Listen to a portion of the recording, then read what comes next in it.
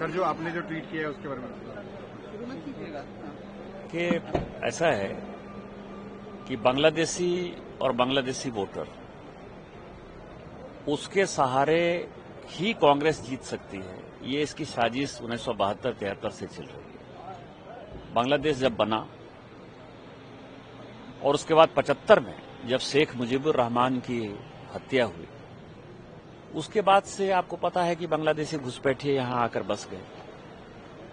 और इसका सबसे बड़ा प्रमाण है जो आज मैंने पेपर जारी किया है, वो विकीलीक्स का पेपर है, इंटरनल पेपर है गवर्नमेंट ऑफ यूएसए का, कि 86-87 में जनरल इरशाद के साथ राजीव गांधी जी की मीटिंग हुई और जो बे ऑफ बंगाल में एक द्वीप था साउथ तलपत्ती, जिसको कि हम न्यू मूरे द्वीप जो है भारत सरकार बोलती थी, उसके साथ समझौता हो गया। और 88-89 के बाद तो ये सिचुएशन हुआ कि वहां चाइना का बेस हो गया, आईएसआई की एक्टिविटी हो गई और वो पूरा का पूरा जो है हमारे यहां कैसे सर्विलेंस होगा, कैसे जासूसी होगी, कैसे घुसपैठ होगा, उसको बढ़ाने का एक बड़ा केंद्र हो गया।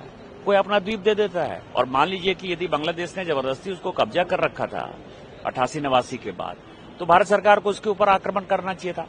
वो तो भला हो प्रकृति का कि 2010 में वो द्वीप जो है वो डूब गया, मतलब जो सुनामी आई उसमें वो द्वीप डूब गया, तो हम लोगों को थोड़ी राहत हुई। नहीं तो 25 साल तक हमारा जीना जो हराम था। आज जो भारत की स्थिति और चाइना का इतना बड़ा जो ये हंगामा कर रहे हैं, एसआईआर का जो इतना हंगामा कर रहे हैं, वो 25 साल की वो पूरी साजिश थी। एसआईआर को लेके मार्च भी कर रहे हैं आज, इलेक्शन कमीशन तक मानने को तैयार। ये चुनाव जो है भारत के वोटर से होगा कि बांग्लादेश के वोटर से? पहला सवाल तो यही है ना।